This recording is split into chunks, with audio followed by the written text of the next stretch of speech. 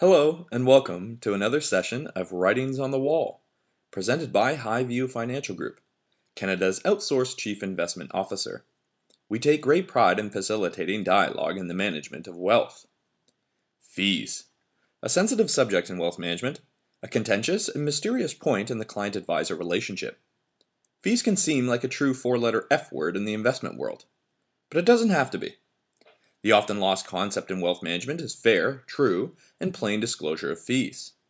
However, in 2016, Canadian regulators are enforcing the final stages of the Client Relationship Model Phase 2, or CRM2 for short, where this regulation will enforce that all investment dealers and financial advisors provide a report on their compensation.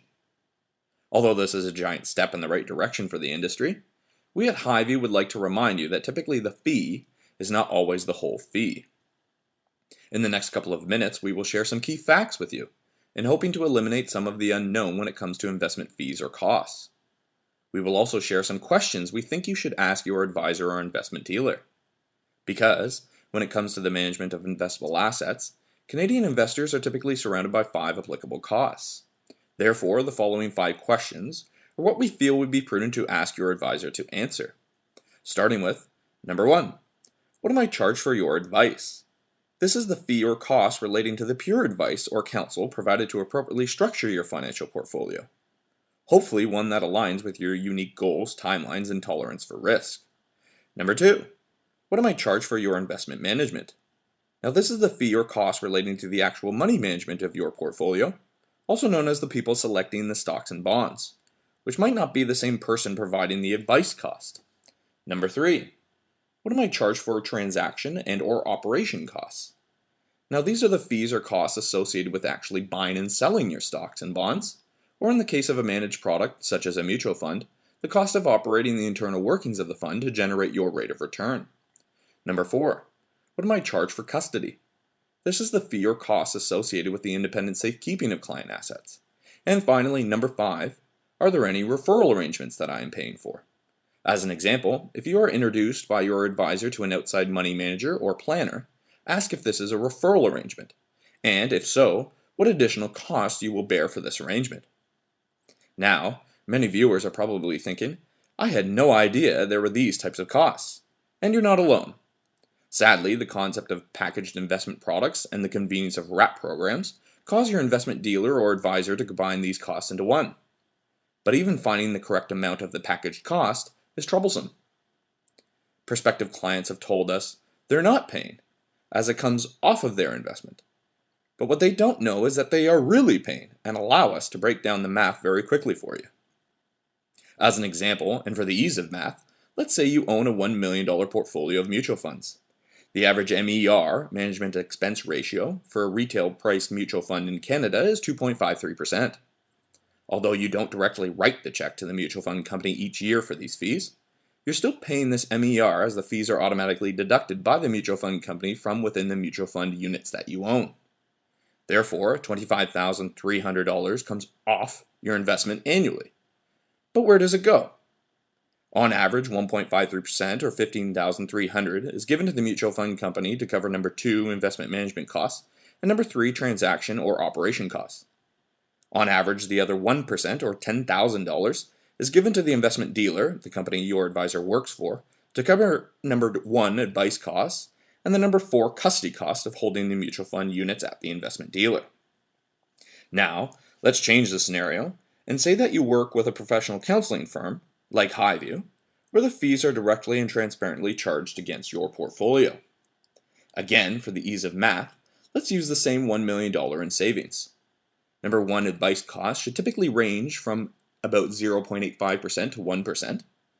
Number 2, investment management costs will typically range from 0.35% to 0.45%.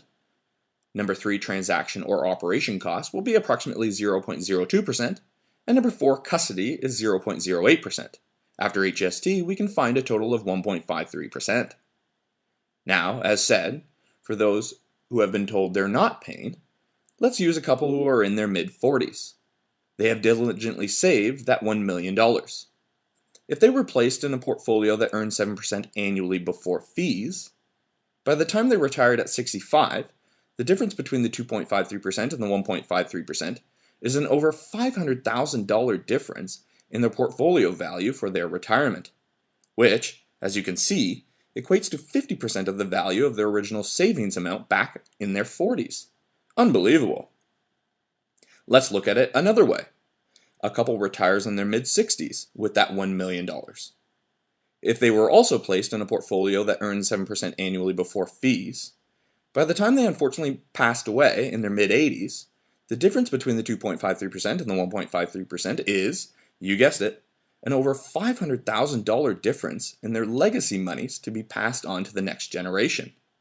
So, although technically you are not paying out of pocket, the above two examples illustrate that it's either your retirement savings or your heirs who are greatly paying. Tax deductibility.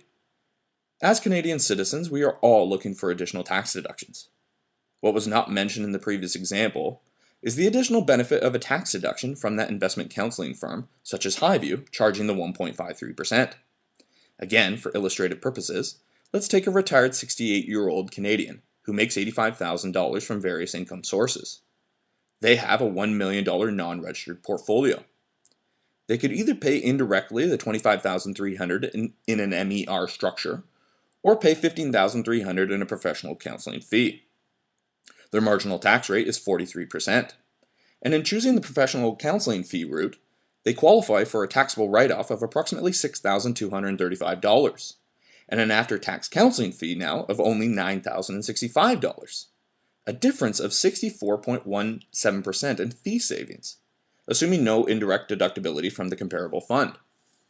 As an added benefit, the retired Canadian was having their old age security clawed back due to having sources of income over $73,000. Therefore, this professional fee deduction now entitles them to their full OAS. Fantastic! Remember, at HighView, we remind you that the fee is not always the whole fee. All costs or fees should be transparent and disclosed to you as the client. At HighView, transparency is a top priority. We encourage everyone to ask their advisor or investment dealer to disclose their fees for advice, investment management, transaction and/or operating costs, and custody. The more information you are able to gather, the better you can evaluate the value of service being provided to you and your family. We appreciate you tuning in to another session of Writings on the Wall, presented by HighView Financial Group. If you have any questions or require additional information, please call our headquarters or email info@highviewfin.com. Thank you.